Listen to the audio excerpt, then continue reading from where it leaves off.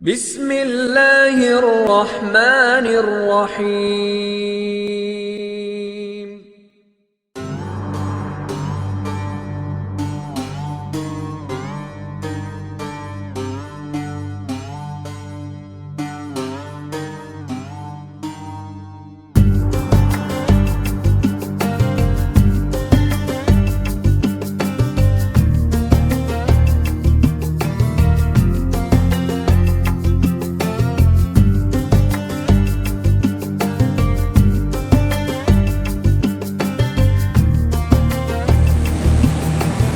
السلام علیکم ورحمۃ اللہ وبرکاتہ۔ الحمد للہ وکفى وسلام علی عباده الذین اصطفى اما بعد فقد قال اللہ سبحانہ وتعالی فی القرآن المجید والفرقان الحمید فاعوذ باللہ من الشیطان الرجیم بسم اللہ الرحمن الرحیم وعد اللہ الذین آمنوا منکم وعملوا الصالحات لیستخلفنہم فی الارض کما استخلف الذین من قبلہم وَلَيُمَكِّنَنَّ لَهُمْ دِينَهُمُ الَّذِي ارْتَضَىٰ لَهُمْ وَلَيُبَدِّلَنَّهُم مِّن بَعْدِ خَوْفِهِمْ أَمْنًا۔ صدق اللہ العظیم۔ بزرگان محترم، عزیزان گرامی اور ملت اسلامیہ کے غیور نوجوانوں،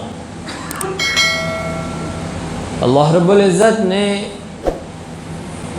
اپنے جس قانون کے تحت اس کائنات کو وجود بخشا ہے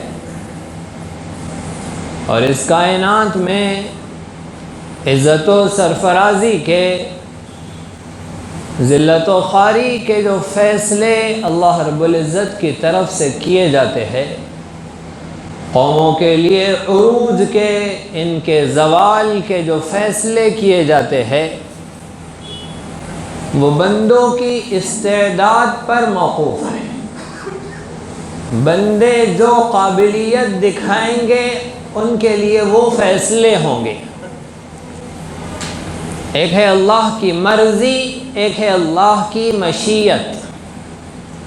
ان دو چیزوں کو آپ سمجھیں، ایک ہے اللہ کی مرضی، ایک ہے اللہ کی مشیت۔ مرضی کا مطلب اللہ کی رضا کس چیز میں ہے، اللہ کی خوشنودی کس چیز میں ہے، اور مشیت کا مطلب اللہ رب العزت کا ارادہ کیا ہے۔ اس دنیا کے اندر اللہ کی مرضی یہ ہے کہ اللہ کی بچھائی ہوئی اس کائنات میں اللہ کا نام بلند ہو، اور یہ فطرت کا قانون ہے۔ ہر خاندان کا بڑا یہ چاہتا ہے کہ اس کی بڑائی تسلیم کی جائے۔ ایک اسکول کا کرتا دھرتا یہ چاہتا ہے کہ میری مانی جائے، میری سنی جائے۔ کسی سوسائٹی کے، کسی سنستھا کے ہیڈ کی، اس کے ذمہ دار کی، اس کے بانی کی اگر بات نہیں مانی جا رہی ہے تو سمجھ لیجیے کہ وہ سوسائٹی فیل ہو گئی ہے، ناکامیاب چل رہی ہے۔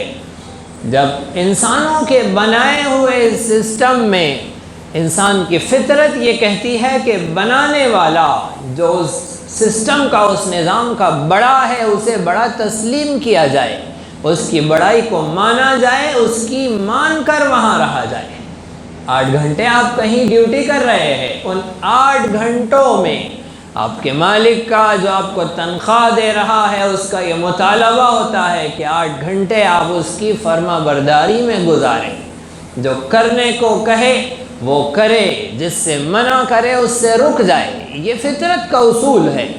رب کائنات جو اس ساری کائنات کا مالک ہے، اس کا مطالبہ، اس کی مرضی یہ ہے کہ اس کی زمین پر اس کا نام لیا جائے، اس کی بڑائی کو تسلیم کیا جائے، اس کے احکامات کی اطاعت اور فرما برداری کی جائے، جس کے نتیجے میں ماننے والوں کے لیے ساری کامیابیوں کے، سرخروئی کے، سرفرازی کے، عزت و شہرت اور سربلندی کے فیصلے کریں گے۔ یہ رب کی مرضی ہے۔ اللہ چاہتے ہیں کہ اس کے آگے سر جھکانے والے کہیں اور سر نہ جھکائیں۔ اللہ چاہتے ہیں کہ اس کی عبادت کرنے والے معاشرے میں سر بلند اور سرخرو رہیں۔ یہ اللہ کی مرضی ہے اور اللہ کی مشیت یہ ہے۔ اس کائنات کے اندر عزت و سرفرازی کا قانون یہ ہے، اللہ چاہتے یہ ہے کہ مسلمان عزت دار رہے، اور اللہ کا قانون یہ ہے کہ جو انسانیت کے لیے نفع بخش ہوگا، عزت و سربلندی اس کے حق میں ہوگی۔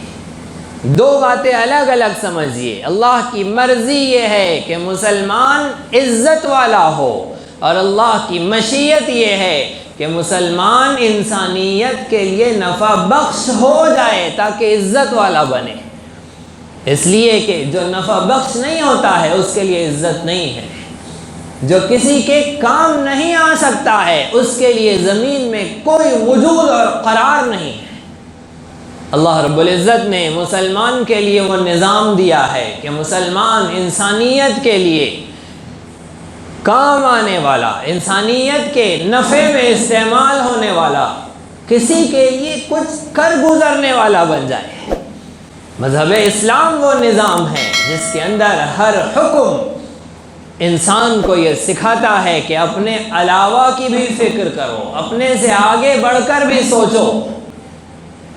اسلام کے علاوہ جتنے طریقے زندگی ہے، جتنے نظام زندگی ہے، وہ سارے کے سارے اپنی سوچنے پر انسان کو مجبور رکھتے ہیں کہ اپنی سوچو، میرا بھلا، میری کامیابی، میرا پیسہ، میری زندگی، میرا فیوچر، میرے بچوں کا کیا ہوگا۔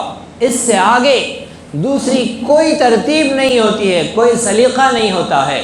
محمد مصطفیٰ صلی اللہ علیہ وسلم جو نظام لے کر آئے ہیں، اس نظام نے پوری دنیا کو ایک گھرانہ بنا دیا ہے۔ الخلق عیال اللہ، اللہ کی پوری مخلوق کو ایک کنبہ بنا دیا ہے۔ ایک مسلمان جب آنکھ کھولتا ہے تو وہ اپنے گھرانے کے بارے میں سوچتا ہے، ایک کافر جب آنکھ کھولتا ہے تو وہ بھی اپنے گھرانے کے بارے میں سوچتا ہے۔ لیکن مسلمان کا گھرانہ الگ ہے، کافر کا گھرانہ الگ ہے۔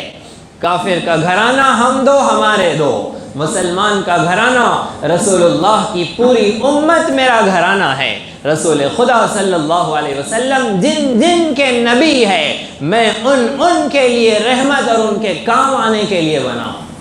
یہ دونوں کے اندر فرق ہے۔ نتیجہ یہ ہے کہ وہ ہم دو اور ہمارے دو کی سوچنے والا اتنی ہی عزت کا مستحق ہوتا ہے جو چار لوگوں میں تقسیم ہوتی ہے، ہم دو اور ہمارے دو۔ لیکن مسلمان جو ساری انسانیت کو اپنا گھرانہ سوچتا ہے، اس کی عزت اور سربلندی ساری دنیا کے اندر پھیلی ہوتی ہے۔ اب بات کو سمجھیے، جب بات یہ ہے کہ مسلمان کو یہ ٹارگٹ دیا گیا ہے، مسلمان کو یہ مشن دیا گیا ہے، یہ کام دیا گیا ہے، تو اب مسلمان کو چاہیے کہ وہ اپنی کنویں کے مینڈک بن کر نہ رہے، بلکہ اس سے آگے نکلے۔ محض اپنے گھر کے لیے جینا، محض اپنے وہ دو چار بچوں کی کوشش اور فکر اور ان کے فراق میں رہنا، یہ مسلمان کی شان نہیں ہے۔ رسول خدا صلی اللہ علیہ وسلم رحمت للعالمین ہیں، تمام جہانوں کے رحمت، تمام جہانوں کے لیے رحمت۔ اور رسول اکرم صلی اللہ علیہ وسلم کے رب نے جب اپنا تعارف کرایا تو الحمدللہ رب العالمین، وہ تمام جہانوں کا رب، اللہ رب العالمین، رسول اللہ رحمت للعالمین۔ ہماری کتاب، ہمارا قرآن، ہمارا دستور اور قانون اور منشور ہدی للناس، ساری انسانیت کی فلاح و بہبود کا ضامن۔ تو یہ مسلمان کب تک اپنے 4 بچوں میں اور 6 بچوں اور 8 بچوں میں رہ جائیں گا؟ اس کی ذمہ داری ہے کہ یہ بھی عالمینی فکر رکھے، یہ بھی اپنا مشن، اپنے مقاصد، اپنے ارادے، اپنے عزائم عالمینی بنائیں۔ اس کی ذمہ داری ہے کہ یہ تمام جہانوں کے لیے سوچے، صرف انسانوں کے لیے نہیں۔ رسول خدا صلی اللہ علیہ وسلم کی شریعت نے جانوروں کے بھی حق بتلائے ہیں۔ ایک اونٹ پیارے آقا کے کاندھے پر اپنا سر رکھ کر بلک بلک کر روتا ہے، اللہ کے نبی اس اونٹ کے مالک کو بلا کر کہتے ہیں کہ یہ تمہاری شکایت کر رہا ہے کہ تم اسے کھانا کم دیتے ہو، کام زیادہ لیتے ہو۔ رسول اللہ کی شریعت نے ایک ہڈی کا بھی حق بتلایا ہے کہ وہ ہڈی جس کا گوشت تو تم نے کھا لیا ہے، اس کی ہڈی کا بھی حق ہے کہ اللہ نے جو گودا، جو مغز اس کے اندر رکھا ہے، اسے ضائع مت کرو، اسے استعمال کرو، اسے چوس لو پھر اسے پھینکو۔ اس رسول خدا نے درختوں کے حقوق بتلائے ہیں، چھاؤں کے حقوق بتلائے ہیں، جانوروں کے حقوق بتلائے ہیں کہ سائے دار درخت کے نیچے پیشاب مت کرو، کسی سوراخ کے اندر پیشاب مت کرو۔ آپ اس نبی کے نام لیوا اور ماننے والے ہیں جس نبی کی شریعت کا دائرہ اتنا وسیع ہے کہ انسانوں تک نہیں، چرندوں پرند تک، حیوانات، نباتات اور جمادات تک۔ اسی لیے رسول خدا صلی اللہ علیہ وسلم کا فرمان ہے کہ اگر تمہارے ہاتھ میں ایک پودا ہے اور قیامت کا سور بھوکا جا رہا ہے اور اتنی دیر میں تم وہ پودا لگا سکتے ہو تو وہ پودا لگا دو۔ وہ نبی نباتات کا بھی نبی ہے، اس لیے اس نبی نے ایک پودے کا بھی حق بتلایا ہے کہ قیامت قائم ہو رہی ہے، سور بھوکا جا رہا ہے، اس وقت بھی اگر تمہارے ہاتھ میں پودا ہے وہ بھی لگا دو۔ جب ایسے نبی کے ہم نام لیوا ہے تو امت کا حق بنتا ہے، اور اس کا حق ہے اور اس امت کا مرتبہ اور مقام اور شان ہے کہ یہ اپنے گھرانے سے، اپنی بند کوٹری سے باہر نکلے، آگے بڑھے، ساری انسانیت کی فکر کرے، ساری کائنات کی فکر کرے، اور خصوصاً ملت اسلامیہ کی فکر میں لگے۔ موجودہ زمانہ، جس زمانے میں رب کائنات نے ہمارا انتخاب کیا ہے، ہمیں 100 سال پہلے نہیں پیدا کیا، اس صدی میں پیدا کیا، اور جس زمانے میں ہم آنکھیں کھول رہے ہیں اور حالات کو دیکھ رہے ہیں، یہ زمانہ انتہائی تبدیلیوں کا زمانہ ہے۔ آپ نے دیکھا کہ 1.5 سال پہلے جو دنیا تھی وہ دنیا آج نہیں ہے، بہت کچھ بدل چکا ہے۔ مسلمان اگر نہیں بدلے گا تو یہ ساری مخلوق میں سب سے پچھڑا ہوا رہ جائے گا۔ مسلمان کی ذمہ داری ہے یہ بھی اپنے آپ کو بدلے، حالات کے تقاضوں کو سمجھے۔ موجودہ زمانہ انتہائی تاریخی تبدیلیوں کا زمانہ ہے۔ ایسی تبدیلیوں کے زمانے میں اگر مسلمانوں نے تاریخی فیصلے نہیں کیے، مسلمانوں نے اگر اٹھ کھڑے ہو کر زمانے کے ساتھ، حالات کے ساتھ، ان سے قدم ملا کر نہیں بلکہ ان سے آگے بڑھ کر زمانے کی دستگیری اور زمانے کی قیادت اور سیادت اور ان کی گائیڈنگ کی اگر فکر نہیں کی تو مسلمان ماضی کا ایک قصے پارینہ بن جائے گا، ایک ماضی کی بھلائی ہوئی تاریخ بن جائے گا، اور ایسی تاریخ نہیں بلکہ یادگار اور شرمناک تاریخ بن جائے گا۔ اس لیے ضروری ہے کہ مسلمان حالات کو سمجھے۔ موجودہ زمانہ یہ ماضی قریب کا اور ابھی حال میں چل رہے فلسطین کے حالات، آپ یہ نہ سمجھے کہ فلسطین کے حادثات اور فسادات اور اسرائیل کی دہشت گردیاں دنیا کے کسی ایسے ہی چھوٹی موٹی ریاست کی دہشت گردیوں کی طرح ہے، ہرگز نہیں۔ دنیا کے کسی ملک، کسی خطے میں ابھی لے لیجئے، اگر برما کے حالات اور فسادات کی طرح آپ فلسطین کے حالات بھی سمجھ رہے ہیں، ہندوستان کے کسی صوبے، کسی ضلع کے فسادات کی طرح آپ فلسطین کے فسادات کو بھی سمجھ رہے ہیں، وہاں کے حادثات کو بھی سمجھ رہے ہیں، تو ایک بڑی غلط فہمی میں ہے۔ فلسطین وہ خطہ ارضی ہے جسے قرآن نے برکت والی زمین کہا ہے، جس سرزمین کو قرآن نے مقدس زمین کہا ہے۔ اس سرزمین سے انسانیت کا ماضی بھی جڑا ہوا ہے، انسانیت کا حال بھی جڑا ہوا ہے، اور انسانیت کا مستقبل بھی جڑا ہوا ہے۔ آپ کو یاد ہوگا، آپ نے بارہا سنا ہوگا کہ تیسری جنگ عظیم، آخری معرکہ اسی سرزمین پر ختم ہونا ہے، وہ تھرڈ ورلڈ وار، جس کا لاسٹ اور فائنل ایپیسوڈ جو ہوگا وہ اسی سرزمین پر ہوگا جہاں حضرت عیسیٰ علیہ السلام کے ہاتھوں دجال کا خاتمہ ہوگا۔ حق کی سربلندی کا آخری مہر اور سکہ اسی سرزمین پر لگے گا، قرآن کریم کی کئی آیات میں اور احادیث نبویہ میں بارہا رسول خدا صلی اللہ علیہ وسلم نے اس سرزمین کے فضائل، اس کی عظمت اور سربلندی کو بیان کیا ہے۔ فلسطین، بیت المقدس اور ملک شام سے متعلق تفصیلات کے لیے تو باضابطہ 3-4 دن کا سیمینار چاہیے، جس میں صبح سے شام تک مسلسل آپ لوگ اس حقیقت سے اور اس کے تاریخی آئینے سے واقف اور آگاہ ہو سکے۔ اس مختصر سے وقت میں جو بات آپ حضرات کے سامنے رکھنی ہے وہ یہ ہے کہ موجودہ زمانہ تیسری جنگ عظیم کے انتہائی قریب کا زمانہ ہے۔ یہ زمانہ اسلام کے حتمی اور کلی غلبے کے انتہائی قریب کا زمانہ ہے۔ یہ حتمی اور کلی آپ نہیں سمجھے ہوں گے، جو کہا اسلام کا غلبہ تو آپ سمجھ گئے ہیں، لیکن اسلام کا حتمی اور کلی غلبہ کیا ہے اس کو سمجھیے۔ ماضی میں بے شمار دفعہ اسلام غالب ہوا ہے، مسلمان غالب آئے ہیں، کئی ملکوں کی تاریخ ہے، اور مسلمان تو ایسی قوم ہے جو اپنے پاس انتہائی روشن تاریخ رکھتا ہے، ان کا ماضی انتہائی روشن ہے۔ وہ خیر القرون کا زمانہ ہو، حضرات صحابہ کرام کا زمانہ، یا پھر اس کے بعد تابعین، تبع تابعین کا زمانہ، وہ خلافت بنو امیہ ہو یا خلافت عباسیہ ہو، یا ابھی 100 سال پہلے دم توڑتی خلافت عثمانیہ کا دور ہو، یہ سارے مسلمانوں کے تابناک ماضی کے دور ہے۔ ملک ہندوستان میں مغلوں کی تاریخ اور خصوصاً حضرت اورنگزیب عالمگیر رحمۃ اللہ علیہ کا زمانہ، یہ مسلمانوں کے لیے سر فخر سے بلند کرنے کا انتہائی روشن زمانہ ہے۔ یہ وہ زمانے ہیں جس میں مسلمان غالب رہے، کچھ زمانے وہ ہے جس میں اسلام بھی غالب رہا، لیکن اب جس غلبے کا زمانہ آ رہا ہے یہ کلی غلبے کا زمانہ ہے۔ کلی غلبے کا مطلب کیا ہے؟ اب تک جو غلبہ تھا وہ جزوی غلبہ تھا، اب کلی غلبہ ہے۔ جزوی غلبے کا مطلب یہ ہوتا ہے کہ مسلمان حکومت میں، مسلمان غلبے میں، قانون میں، تجارت میں، زراعت میں، ملازمت میں اور اکنامک سسٹم میں، ہر چیز میں غالب رہے۔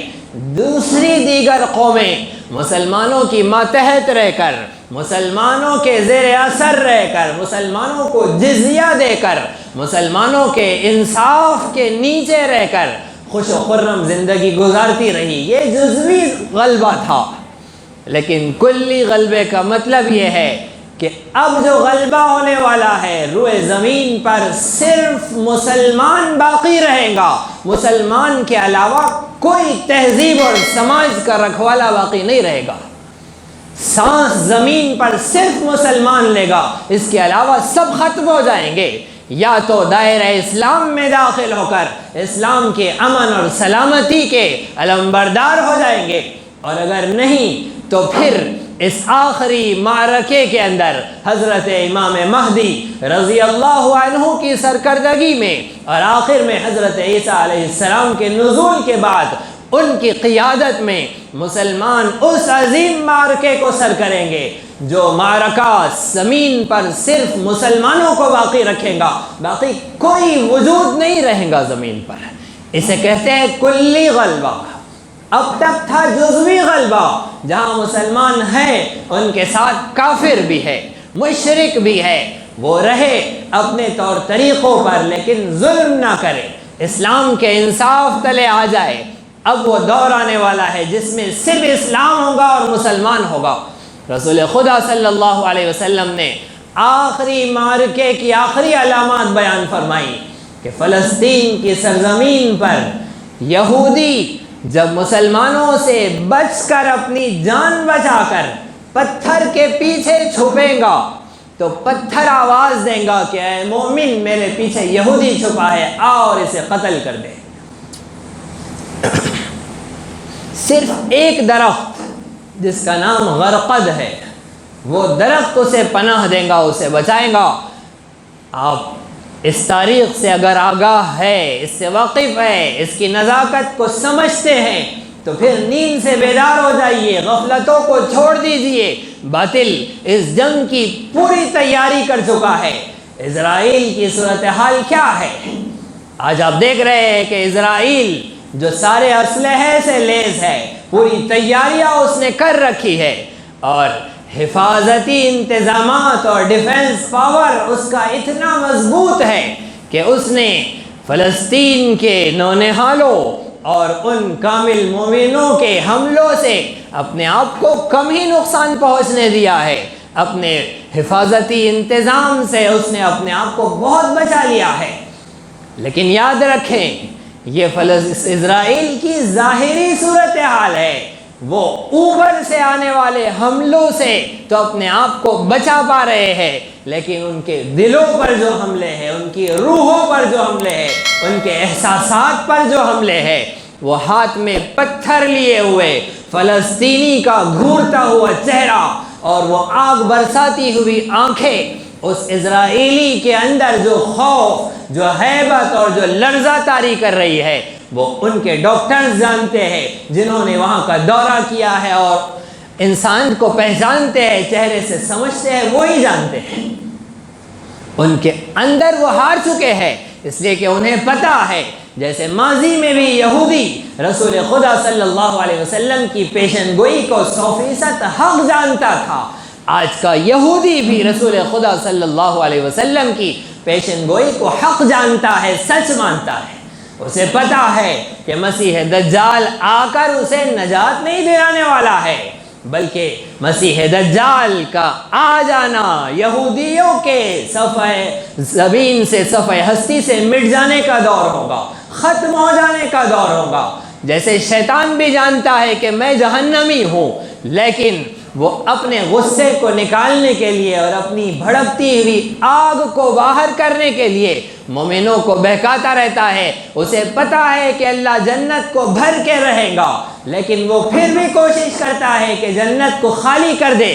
اسی طرح یہودی یہ جانتا ہے کہ ناکامی اسی کا مقدر ہے، یہودی جانتا ہے کہ مسلمان حق پر ہے، یہودی جانتا ہے کہ حضرت محمد مصطفیٰ صلی اللہ علیہ وسلم نبی برحق ہے، لیکن بس جیسے اس کے استادوں نے اسے سکھایا ہے اور ان کی اس فطری حسد اور جلن اور کوڑن نے رسول خدا صلی اللہ علیہ وسلم کے انکار پر انہیں مجبور کر رکھا ہے، وہ اپنے حسد کے نتیجے میں جلتے جا رہے ہیں اور مسلمانوں کو صفحہ ہستی سے مٹا دینے کی کوشش میں ہے۔ یہ صرف فلسطین کا حال نہیں ہے، ساری دنیا کے لیے ڈیزائن بنایا جا چکا ہے۔ آپ کیا سمجھ رہے ہیں کہ یہ 1.5 سال کے عرصے میں ہم آپ تو گھروں کے اندر اپنے محلوں اور گلیوں میں بیٹھے تھے، کیا یہ یہودی اور ان کے اعلی کار اور ان کا نظام اور یہ فری میسنز اور یہ الومناٹی، آپ کیا سمجھتے ہیں کہ یہ بھی اپنے گھروں میں بند تھے، یہ بھی اپنی گلیوں میں قید تھے، ان کے بھی کام کاروبار بند تھے؟ یہ مسلمانوں کو ختم کرنے کی، صفحہ ہستی سے مٹا دینے کی پوری کوشش میں ہے، جبکہ وہ جانتے ہیں کہ خاتمہ ان کا مقدر ہے، مسلمانوں کے لیے کامیابی ہے، مسلمانوں کا مستقبل روشن ہے، لیکن بس وہ کوشش کیے جا رہے ہیں۔ فلسطین کے مسلمان رسول خدا صلی اللہ علیہ وسلم کی پیشن گوئیوں پر ایمان رکھتے ہیں، انہیں پتہ ہے کہ آخر غلبہ مسلمانوں کا ہونا ہے، اس لیے وہ کھڑے ہوئے ہیں اور برابر مقابلہ کر رہے ہیں۔ مقابلہ ظاہری اعتبار سے تو کوئی برابر کا نہیں ہے، برابر نہیں بلکہ زمین و آسمان کا فرق ہے، لیکن پھر بھی وہ ڈٹے ہوئے ہیں، اس لیے کہ اللہ کا قانون ہے کہ جو کام پر لگا ہوا ہے، جو آن ڈیوٹی ہے، وہ تو باقی رہے گا، وہ شہید ہو جائے اس کی نسلیں باقی رہیں گی، لیکن جو ٹرمینٹ ہو چکا ہے، جو سسپینڈ ہو چکا ہے، جو کام سے بیٹھا ہوا ہے، اس کے لیے بھی کوئی مدد و نصرت نہیں ہے، اس کے لیے بھی کوئی سہولت کا فیصلہ نہیں ہے، اور اس کی نسلوں کے لیے بھی کوئی انتخاب نہیں ہوگا۔ فلسطین آج جس کیفیت میں ہے، جس ساز و سامان میں ہے، اسی میں برابر مقابلے پر لگا ہوا ہے، اور دنیا کے اندر پھیلی ہوئی مسلم طاقتیں اگر وہ کھڑی نہیں ہے، اگر وہ اپنے مشن پر لگی نہیں ہے، اگر وہ اپنے ڈیوٹی پر، اپنے کاز پر نہیں ہے، ہندوستان کا مسلمان اگر اپنے فریضے کو نہیں سمجھ رہا ہے تو سمجھ لیجئے کہ ہندوستان کا مسلمان اور یہ عرب ممالک جن پر نیند طاری ہے اور انہیں سانپ سونگھا ہوا ہے اور موت کے نشے میں ہے، عنقریب ان پر ایسے کوڑے برسنے والے ہیں جو ان کے غافلوں کو اگر ہدایت مقدر نہیں ہے، اللہ کا انتخاب نہیں ہے، یا تو موت کی نیند سلا دیں گے، یا پھر جن کے قسمت میں سدھرنا مقدر ہے وہ پھٹکے کھا کر غلامی کے دور سے گزر کر سدھریں گے۔ ہندوستان کے مسلمان کو بھی یہ سب دیکھنا ہے۔ آپ کیا سمجھ رہے ہیں صرف بم فلسطین پر برسائے جا رہے ہیں اور وہ آگ لگتی اور جلتی اور بھڑکتی ہوئی ہندوستان کو نہیں پہنچے گی؟ ہندوستان کے مسلمان نے جگاڑ کی مسلمانی کو، ایڈجسٹمنٹ والی مسلمانی کو، میٹھی مسلمانی کو اپنی نجات کا وسیلہ سمجھ رکھا ہے۔ اگر ہندوستان میں چل رہا اور عمل کیا جا رہا اسلام وہی اسلام ہے جو قرآن کا اسلام ہے تو صحابہ کی زندگیوں کو اٹھا کر دیکھو، تابعین تابعین کی زندگیوں کو اٹھا کر دیکھو، وہ محمد بن قاسم کی زندگی، وہ طارق بن زیاد کا دور، وہ صلاح الدین ایوبی کا دور، وہ خلافت عثمانیہ کا دور، اور آپ کے ابھی حال کے زمانے میں، حالیہ دور میں مسلمانوں کے نگاہوں میں اور ان کی معلومات میں نئے آئے عثمانی ترکوں کے نئے ہیروز کے دور، اگر آپ ان کی زندگیاں دیکھیں اور اپنی زندگیاں دیکھیں اور موازنہ کریں کہ اگر اسلام وہ ہے جس پر انہوں نے عمل کیا تھا تو ہم کس پر عمل کر رہے ہیں؟ یہ بے حسی کا دور ہے۔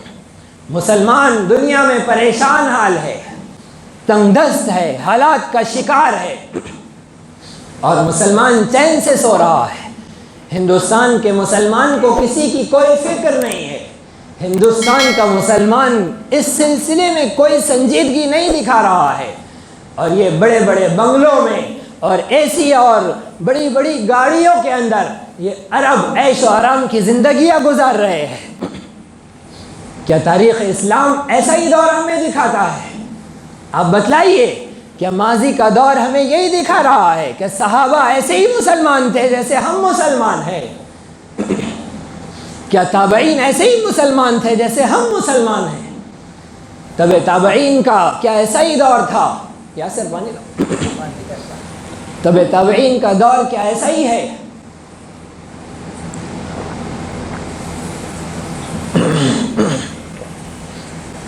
اپنا جائزہ لیجیے، خود غور کریے کہ ہم کس اسلام پر عمل کر رہے ہیں، یہ کون سا اسلام ہے؟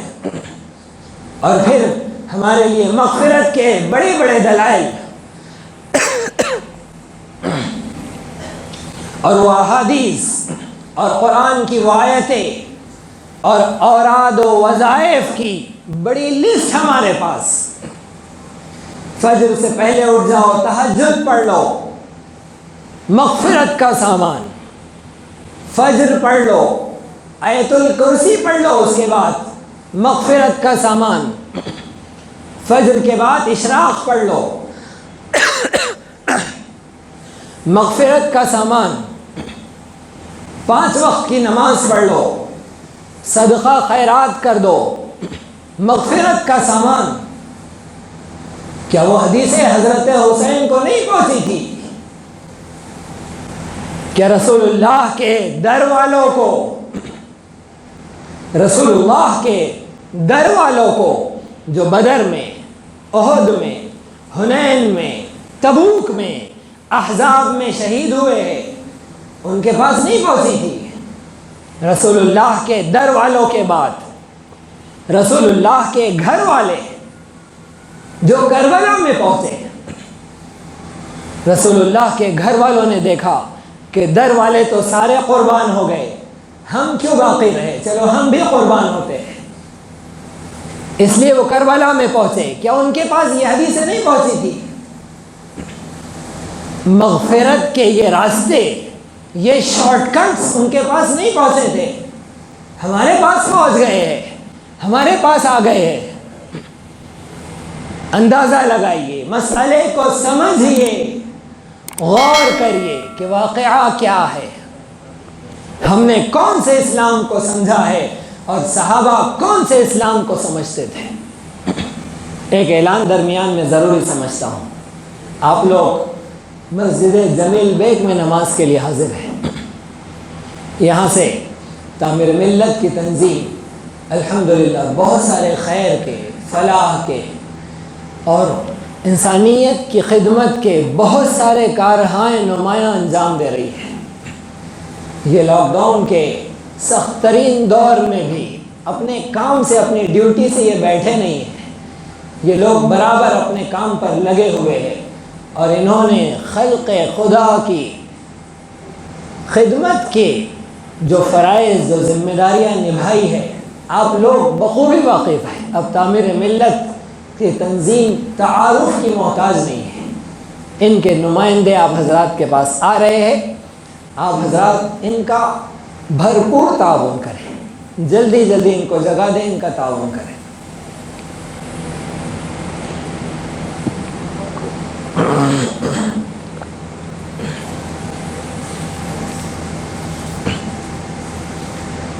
فلسطین کے مسلمان نے اسلام کے اس حقیقی آئینے کو سمجھا تو آج وہ کھڑا ہوا ہے. افغانستان کے مسلمان نے اپنی ذمہ داری، اپنے فریضے کو سمجھا تو وہ کھڑا ہوا ہے. ترک کا مسلمان کسی درجے میں وہ بھی کھڑا ہے. آپ تعجب کر رہے ہوں گے کہ یہ کسی درجے میں کیوں کہا جا رہا ہے. ترکی تو آج مسلمانوں کی آنکھوں کا تارا ہے، پھر اسے کسی درجے میں کیوں کہا جا رہا ہے؟ وہ اس لیے کہا جا رہا ہے کہ ترکی اسلام پر عمل کرتا ہے لیکن جمہوریت کے آئینے میں. فلسطین اور افغانستان یہ اسلام پر، رسول اللہ کے آئینے میں عمل کرنے والے ہیں.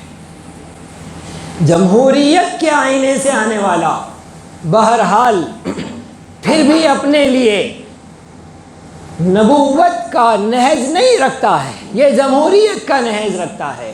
اور ہندوستان کا مسلمان تو پوری طرح میٹھی میٹھی مسلمانی پر مطمئن ہے. ان کے یہاں سالانہ فنکشن اسلامک پروگرام بس یہ مغفرت کا سامان کر دیتے ہیں. ان کو شب معراج کی بڑی رات کی عبادت سارے سال بھر کافی ہو جاتی ہے، اور شب برات کو بڑی رات ان کے لیے کافی ہو جاتی ہے، اور شب قدر کی بڑی رات کافی ہو جاتی ہے، اور رمضان تو ان کا پورا مغفرت کا سامان کر دیتا ہے. اور ان میں سے جو چھٹ کر نکلے ان کے لیے جمعہ کافی ہو جاتا ہے. اور 5 وقت کے نمازی تو فجر کی نماز میں چیک کر لیجئے، دیکھ لیجئے کہ 5 وقت کے نمازی فجر میں پتہ چلتے ہیں کہ فجر میں کتنے مصلی ہے. یہ تو اسلام کے سب سے محتم بشان فریضے نماز کے تعلق سے ہمارا یہ رویہ ہے. تو باقی اسلام کا ہم نے کیا کر رکھا ہے؟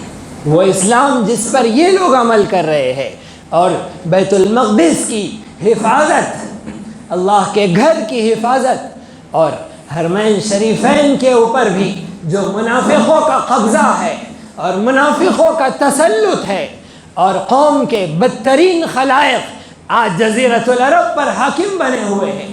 اللہ رب العزت جلد ہماری نگاہوں سے وہ دور دکھا دے کہ اللہ مخلصین کو حرمین کی خدمت کی سعادت عطا فرمائے، منافقوں سے حرمین کی حفاظت فرمائے.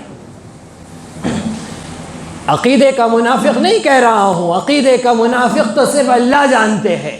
اور جبرائیل کے ذریعے سے نبی کو پتہ چلتا تھا. اب نہ جبرائیل کا آنا ہے، نہ ہمیں عقیدے کا منافق پتہ چلنا ہے، لیکن عمل کے منافق، ملت کے سودے باز اور شریعت مطہرہ میں مداخلت کرنے والے، اور حرمین پر مشرکوں کو اور یہودیوں کو آنے کی اجازت دینے والے، اور حج کی خدمت کے لیے یہودی کمپنیوں کے لیے احکامات نافذ کرنے والے، اور مدینے کے دروازوں کے اوپر اور داخلی دروازوں کے اوپر صرف مسلمانوں کے داخلے کی اجازت ہے ایسے بورڈ ہٹا دینے والے. انہیں عمل کے منافق نہ کہا جائے تو اور کیا کہا جائے؟ یہ بددعوں کی نسلیں ہیں، یہ ابی ابن سلول، عبداللہ ابن ابی کی اولاد ہے، صحابہ کی اولاد یہ نہیں ہو سکتی ہے۔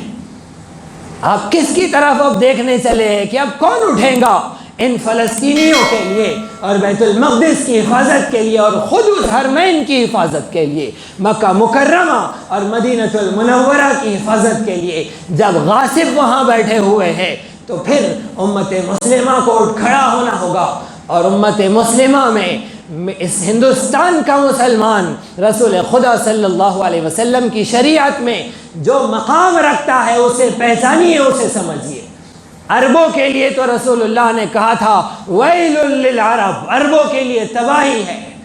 یہ فلسطین پر حالات، اس کے بعد اب ترکوں پر حالات، یہ سارا جال جو بنا جا رہا ہے فلسطین میں، یہ ترک کو بھی انٹرفیئر کر کے مداخلت پر مجبور کر کے اسے بھی حادثات کا شکار کرنا ہے، جس کی اطلاع 1450 سال پہلے رسول خدا نے دے دی ہے۔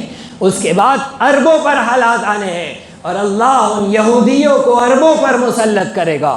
جب عربوں پر مسلط ہوگے اور ان کا غرور ٹوٹے گا، اور وہ مال جو ملت اسلامیہ کا مال تھا، وہ پیٹرول جو ملت اسلامیہ کا سرمایہ تھا، وہ سونا جو امت اسلامیہ کی ملکیت تھی، ایک آل سعود اس پر غاصب بن کر بیٹھا ہوا ہے۔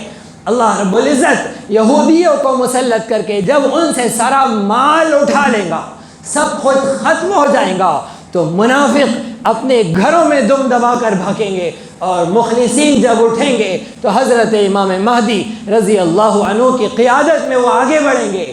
وہ دور مدینے کی ویرانی کے دور کا بعد کا دور ہوگا، لیکن مسلمانوں کے لیے رسول خدا صلی اللہ علیہ وسلم نے ہندوستان کے مسلمانوں کے لیے فرمایا تھا کہ مجھے ہندوستان سے محبت کی خوشبو آتی ہے۔ رسول خدا صلی اللہ علیہ وسلم کی اطلاع کے مطابق ہندوستان آخری جنگ کا ایک اہم ترین پوائنٹ ہوگا۔ 3 محاذ میں ایک محاذ ہندوستان ہوگا، ایک یورپی یونین ہوگا، ایک یروشلم ہوگا اور ایک ہندوستان ہوگا۔ ان 3 محاذوں پر آخری معرکہ ہونا ہے۔ پتہ چلا فلسطینیوں کے لیے جو نزاکت ہے اس تیسری جنگ عظیم میں، وہ نزاکت ہندوستان والوں کے لیے بھی ہے۔ ہندوستان والے جلدی سے اگر اپنی مسلمانی پر آ جائے، قرآنی مسلمانی پر، تو یہ سر فخر سے بلند کر کے اپنی عزت کے ساتھ میدان میں کھڑے رہیں گے۔